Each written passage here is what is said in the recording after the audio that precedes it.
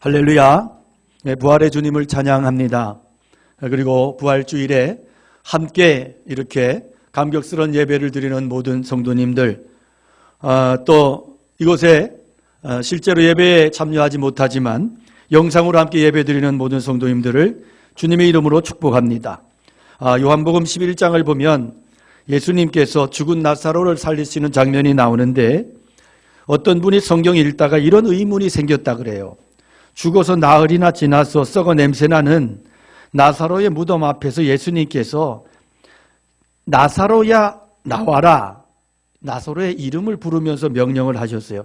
그냥 일어나 나와라 그러면 되실 텐데 왜 굳이 나사로의 이름을 불렀을까? 가만히 묵상하다가 보니까 그것이 무덤이 천지고 다른 시체도 엄청나게 많았을 텐데 나사로 이름 안 불렀으면 전부가 다 살아날까 봐 나사로 이름만 불렀다고요. 여러분, 죽은 자가 다시 사는 것은 신비입니다. 냄새나는 사람을 다시 살리는 것 신비입니다. 하지만 더 중요한 것은 육체의 신비가 아니라 영적인 신비입니다. 죽은 나사로가 살아났지만 나사로는 또 죽었어요. 2번 살았지만 안타깝게도 2번 죽었단 말입니다. 진정한 신비는 육체의 질병에서 나음을 얻는 것이 아니라 영원한 신비 가운데 부활의 몸으로 영원히 사는 것임을 믿습니다. 특별히 고린도전서 15장은 부활에 대하여 아주 자세하게 설명을 합니다. 전반부가 부활의 사실을 선포했다면 오늘 본문의 비유에서는 비유를 통해서 부활을 설명하는데, 전반부에서 믿음의 영역에서 부활을 선포했다면 오늘 본문 이하에서 보면 이성적인 영역에서의 부활을 변증하고 있습니다. 신앙은 믿음에서 시작되는데 믿음은 비이성적인 것이 아니라 이성의 하늘의 빛이 임하는 거예요. 그래서 참된 신앙에는 천상의 은혜가 부어지는 겁니다. 불신앙적 사고 속에서는 아무것도 보이지 않습니다. 그러나 믿음의 눈을 뜨고 보면 많은 것들이 이해가 될 뿐 아니라 신비한 세계를 보고 경험하게 됩니다. 우리 신앙의 가장 큰 문제는 눈에 보이지 않는 것을 내가 믿을 수 없다는 거죠. 오늘 35절에 보면 사람들이 의문이 나오는데, 누가 묻기를 죽은 자들이 어떻게 살아나며 어떠한 몸으로 오느냐 하리니, 이 질문에 대해서 바울 사도께서 오히려 역설적으로 되물어요. 36절에 보니까 어리석은 자여, 네가 뿌리는 씨가 죽지 않으면 살아나지 못할 것이고, 또 네가 뿌리는 것은 장래의 형체를 뿌리는 것이 아니고 다만 밀이나 다른 것의 알갱이 뿐이로되 하나님이 그 뜻대로 그에게 형체를 주시되 각 종자에게 그 형체를 주시느니라. 어리석은 자여, 이 말은 뭐예요? 부활을 왜 이상하게 생각하냐, 그런 말이죠. 절묘한 비유예요. 뿌리는 씨가 땅속에서 죽지 않으면 살아나지 못하는 진리 다 아시죠? 우리가 씨를 뿌리는 것은 장래에 형체를 뿌리는 게 아니고 다만 아주 작은 씨앗 하나를 심는 거예요. 뿌리는 거예요. 그렇지만 장래의 어떤 형체를 믿기 때문에 뿌리는 것이죠. 그러므로 부활의 신앙은 신비하면서도 장래의 소망과 확실한 소망과 연결이 되어 있는 거예요. 중요한 것은 씨를 뿌리고 죽고 새로운 형체를 가지고, 이것은 완전히 하나님의 영역이라는 거예요. 이것은 우리의 상식과 판단과 기준으로는 설명이 안 됩니다. 그래서 여기에 믿음이 필요하다. 자, 우리가 생명 이야기할 때 어떻게 설명할 수 있겠어요? 생명을 설명할 수 있나요? 생명이 설명이 돼요? 안 돼요. 그냥 신비예요. 생명은 신비예요.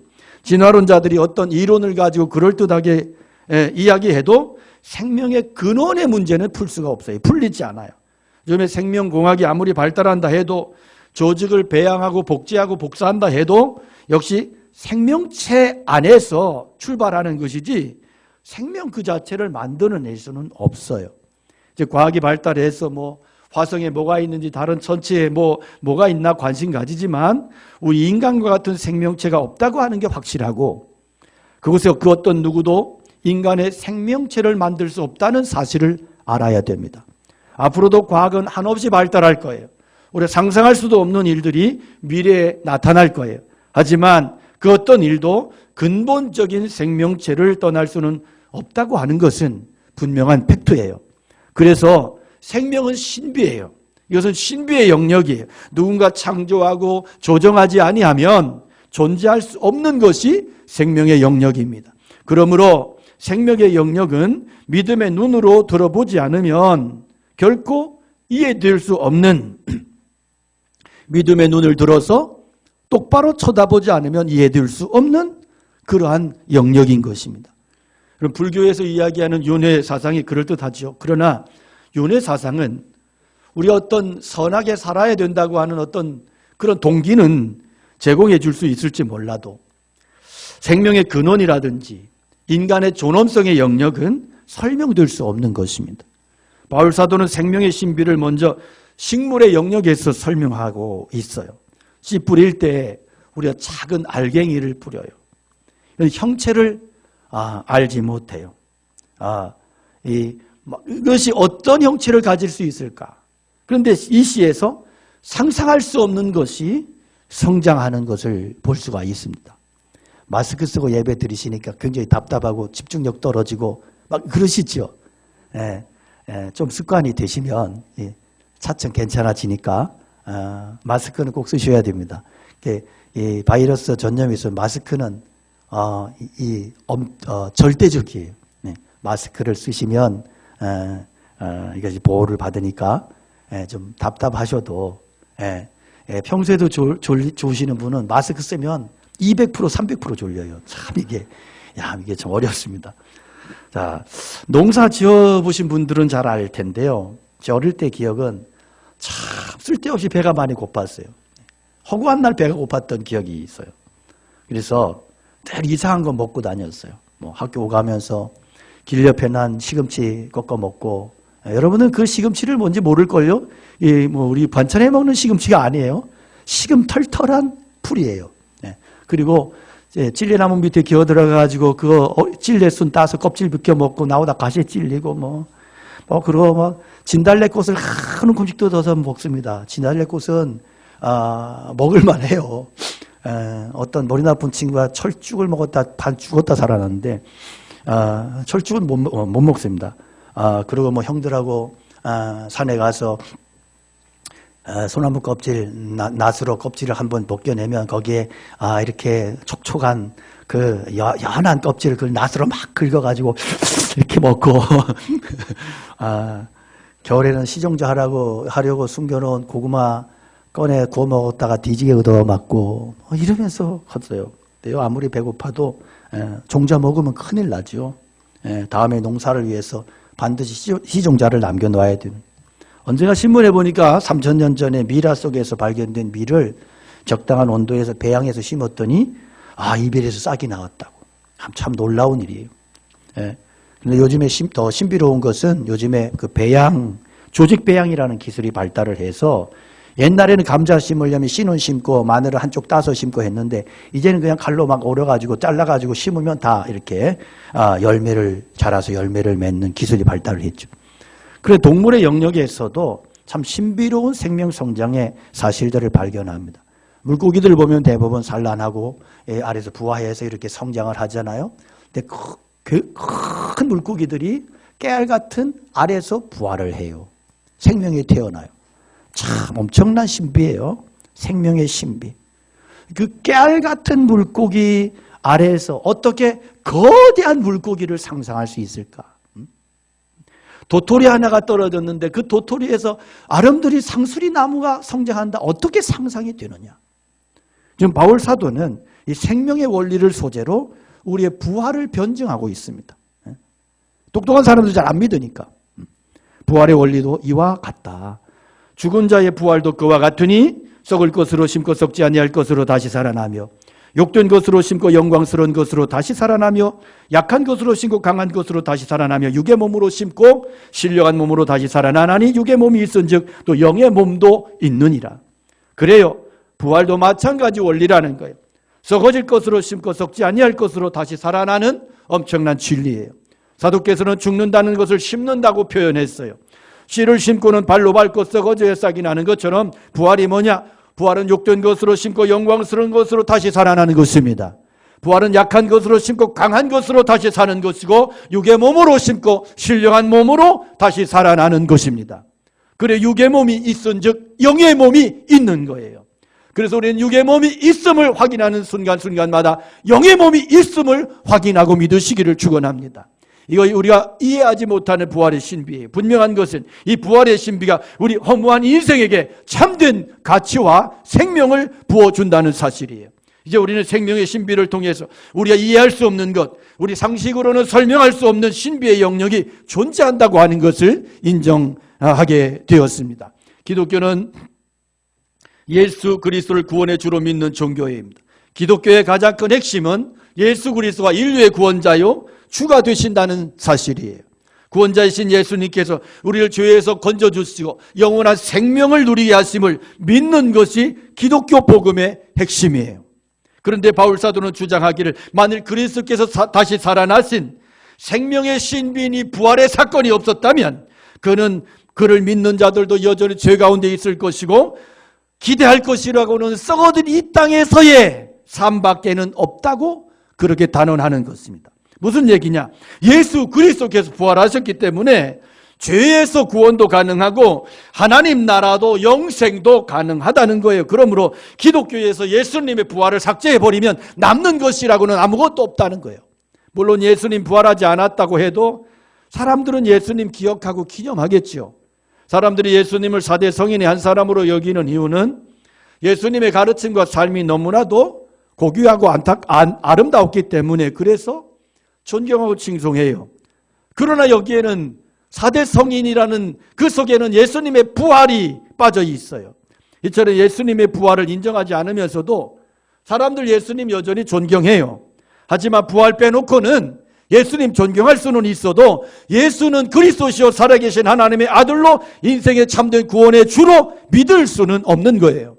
한마디로 예수님을 인간 성인으로 인정하느냐, 참된 구원의 주로 인정하고 믿느냐, 이 판가름은 시금석이 뭐예요? 예수님의 부활을 믿느냐 믿지 않느냐예요. 그래서 십자가와 부활은 우리 구원의 중심인 것입니다. 그런데 가만히 생각해 보면요, 만약 예수님이 부활하시지 않으셨다면 예수님을 성인의 한 사람으로 이렇게 인정한다고 하는 것 자체가 어불성설이에요. 왜냐하면 예수님께서는 계속해서 당신이 부활하실 것을 말씀하시고 또 말씀하셨거든요.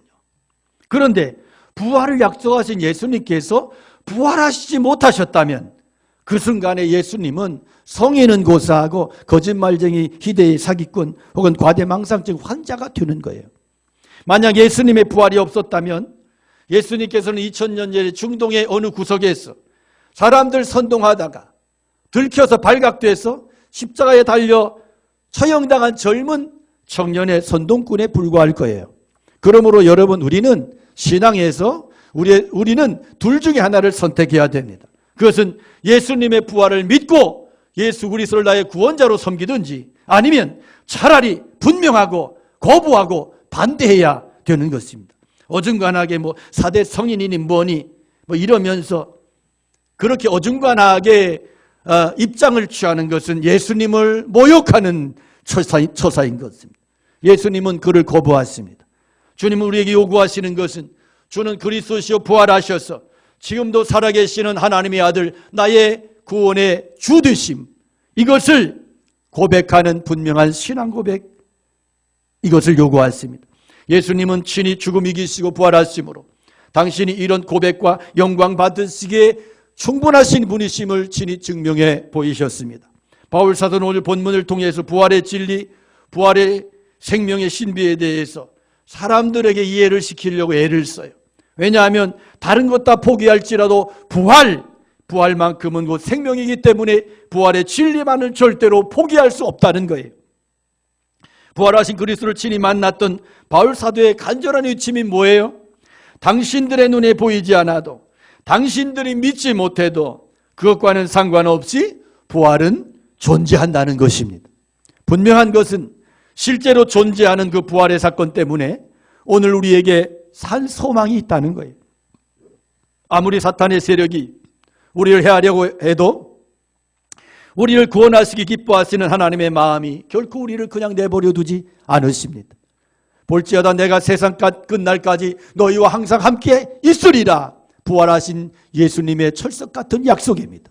우리는 부활하신 주님의 약속을 믿는 까닭에 잠시 세상 살면서 주눅들기도 하고 불안하고 신앙의 위기와 침체를 경험할지라도 부활의 신앙으로 다시 일어서서 그 승리를 선언하고 선포하며 이겨낼 줄로 믿습니다. 성경은 고린도서 4장 16절에서 선언합니다. 그러므로 우리가 낙심하지 아니하노니 우리의 겉사람은 후패하나 우리의 속은 날로 새롭도다. 만일 땅에 있는 우리의 장막집이 무너지면 하나님께서 지으신 집 곧 손으로 지은 것이 아니요 하늘에 있는 영원한 집이 우리에게 있는 줄을 내가 아노라. 할렐루야. 성경을 기록한 바울 사도는 왜 고린도 교회를 향해서 부활의 신앙을 이렇게 강조하고 있을까요? 예수님 믿으면서도 부활의 신앙 없어서 조금만 어려움 당해도 낙심하고 시험 들고 흔들리고 신앙 포기하려고 하는 연약한 성도들을 향해서 권면하고 있는 거예요. 예수님 믿으면서도 육신의 쾌락 버리지 못하고 육신의 정욕에 빠져서 죄를 일삼는 사람들을 향해서 참된 소망이 무엇인지를 말씀하고 싶었던 거예요. 고린도전서 15장 19절에 만일 그리스도 안에서 우리가 바라는 것이 다만 이 세상의 삶뿐이라면 모든 사람 가운데 우리가 더 불쌍한 자이리라 말씀합니다. 무슨 말씀이에요? 부활의 신앙 안에서 절대로 하나님께서 믿는 자의 소망을 실망시키지 않으신다고 하는 사실을 확증하라는 거예요. 안심하고 믿어라. 그런 말씀이에요. 그래요. 부활이 없다면 그것은 절망이요 죽음이요 어둠인 것입니다. 이 세상에 두 가지 세력이 존재해요. 하나는 생명의 세력이고 다른 하나는 죽음의 세력이에요. 죽음의 세력은 아름다운 생명을 아름답게 누리지 못하도록 계속해서 공격해요. 그런데 중요한 것은 이 죽음의 세력이요, 나는 죽음이라고 딱지를 붙이고 나오는 게 아니고 생명을 가장하고 나타나는 거예요. 사탄이 우리 역사할 때 천사로 가장해서 나타나지 뭐 뿔 들고 삼지창 들고 삼각 팬티 입고 뭐 이러고 나타나지 않는단 말이에요.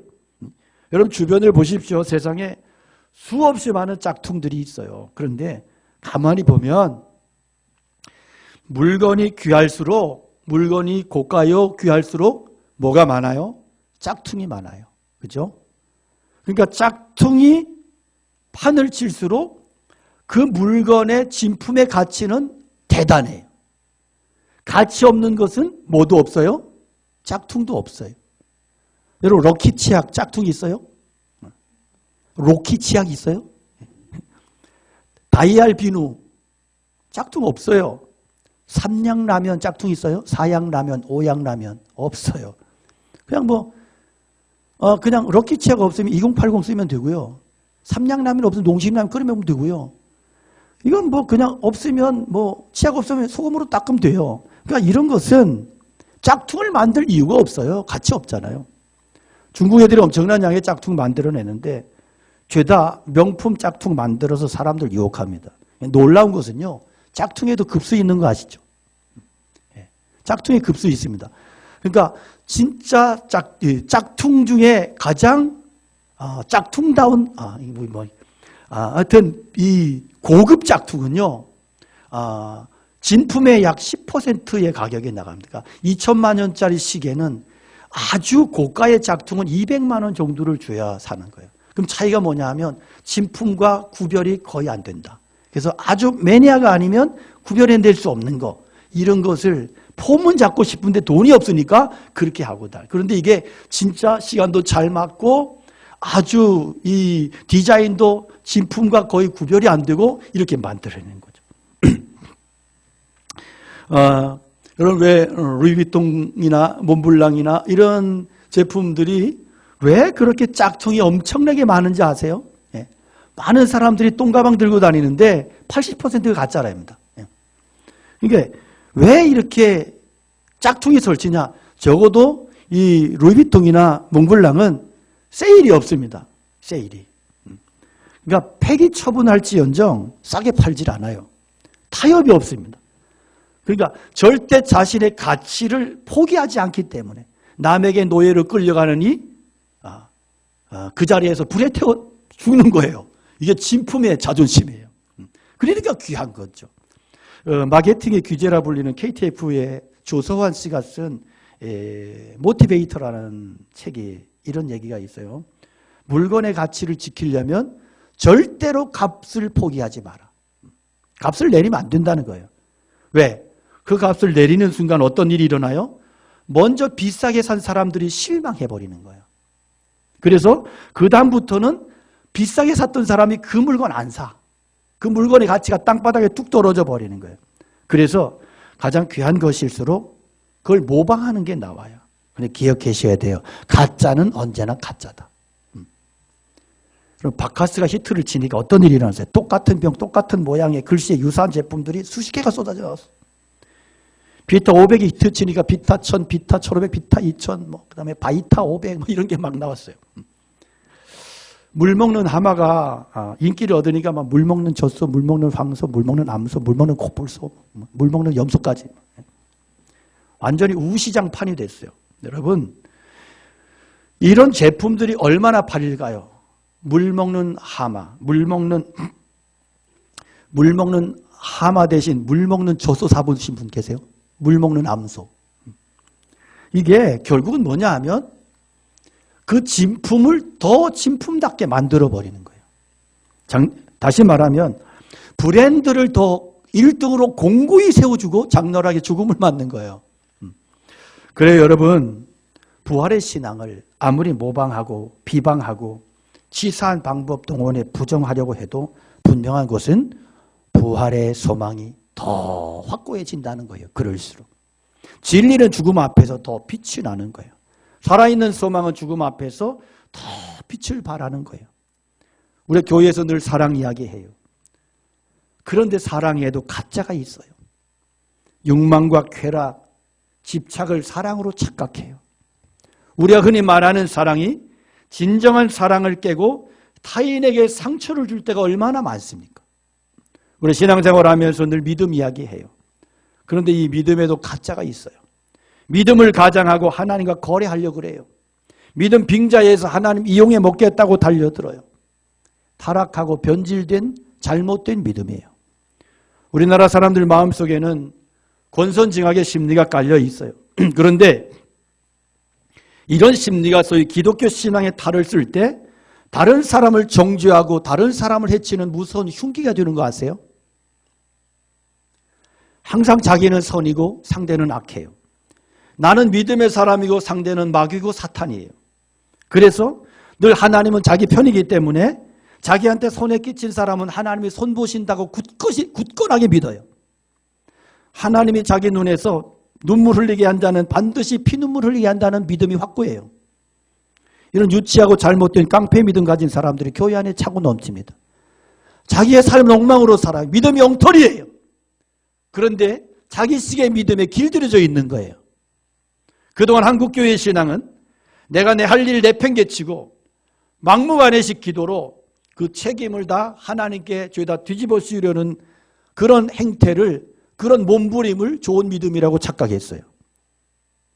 내가 가만히 앉아가지고 하나님을 부려먹는 그 힘이고 능력이고 믿음이고 신앙이라고 하는, 그것이 바로 기도응답이라는 식의 심각하게 잘못된 이 샤머니즘의 프레임을 씌워가지고 그렇게 예수 믿는다고 하는 그 행태가 오늘날의 혼탁한 기독교를, 병든 기독교를 만들었다는 사실을 아셔야 됩니다. 여러분, 믿습니다 아멘을 연발하고 흥분자라는 사람들일수록, 그런 교회일수록 뭘 믿는지를 모른다는 거예요. 목사가 앞에서 믿습니까? 믿습니까를 많이 하는 교회일수록 안타깝게도 뭘 믿는지 그 신앙의 고백이 엉터리인 교회가 정말로 많다는 거예요. 여러분, 과연 나의 신앙은 바른가? 그리고 나의 신앙은 정말로 똑똑한 신앙인가? 끊임없이 점검하셔야 돼요. 우리는 늘 경험의 논리로 믿음을 보려고 그래요. 그래서 하나님께 헌신했으면 꼭 보상이 있어야 된다고 생각해요. 그래서 어떤 교회는 그렇게 써놔요. 봉사하고 축복받자. 참말로 정말 그런 교회를 가면 참 은혜가 안 돼요. 그리고 중보기도가 절로 나와요. 그런 목사님 밑에서 그런 설교 들은 사람들이 어떤 신앙을 추구하겠습니까? 봉사하고 축복받겠다고 달려다니고, 교회 와서 청소하면서도 내가 이거 하면 하나님이 복 주실 거야 믿습니다 하고 찬송하고 다니는 거예요. 그 잘된 믿음인 줄 아는 거예요. 그래서 늘 하나님을 시험해요. 축복이라는 이름으로 가면을 쓰고 나타나는 믿음을 경계하셔야 돼요. 짝퉁 믿음, 자기 감정에 함몰된 믿음, 잘못된 믿음일 가능성이 농후합니다. 여러분, 우리가 신앙을 이야기하면서 늘 소망을 이야기해요. 그런데 언제부터인지 소망이 잘못됐어요. 소망이 투기판이 됐어요. 눈에 보이는 소망이 참 소망이라고, 우리 예측대로 되는 것이 소망이라고 사탄이 속삭여요. 그래서 예수 이름으로 넓은 땅을 차지하고 예수 이름으로 부동산에 투기해서 많은 이득을 남기는 것이 소망이라고 가르치고 그렇게 믿고 그렇게 이야기해요. 그래서 우리 예측이 빗나가면 소망이 깨졌다 그러죠. 내 욕심의 탐욕의 기대치가 소망이라는 이런 잘못된 신앙에 빠진 사람들이 너무 많습니다. 그러나 참 소망이 뭐예요? 참 생명이 뭐예요? 있을 수 없는 곳에서 살아나는 것입니다. 바랄 수 없는 중에 내가 하늘의 영광과 약속을 믿고 견뎌내는 것입니다. 부활의 신앙이 아름다운 것은 세상 모든 사람들이 끝이라고 죽음이라고 하는 그 끝에서 주님이 부활의 생명이 되셨기 때문입니다.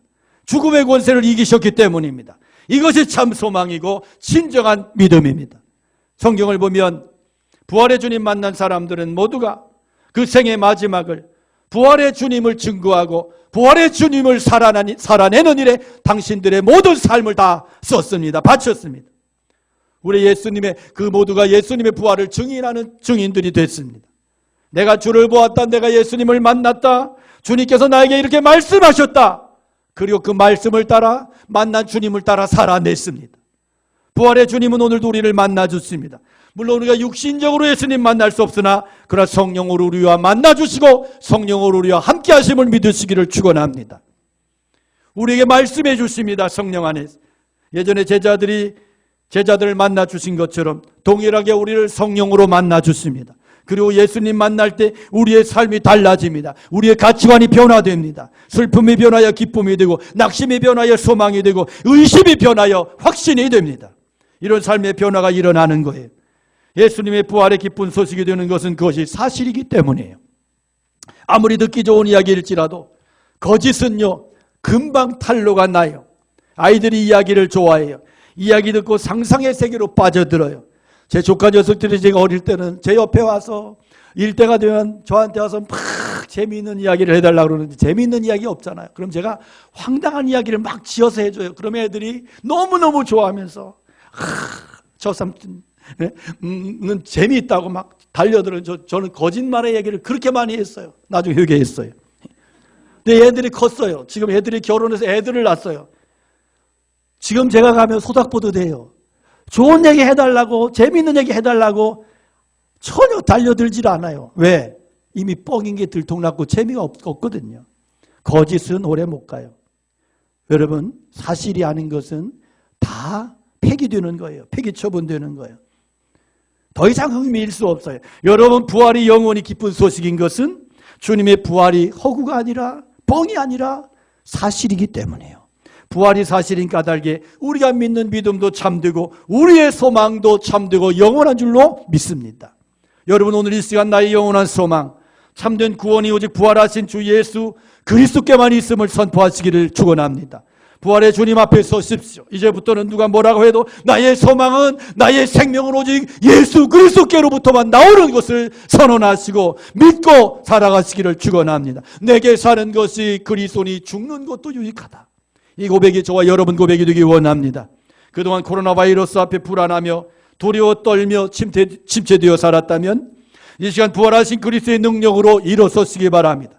험악한 인생 살다가 소망이 잃었을 때, 생명의 위협을 느낄 때, 절망의 파도가 밀려오는 바로 그때에 부활하신 그리스도, 지금 나와 함께 하시는 주님께서 바로 나의 구원자가 되심을 선포하며 당당한 믿음을 선언하며 그 삶의 현장 속에서 부활의 생명으로 부활의 능력으로 승리하시는 모두가 되시기를 주 이름으로 축원합니다.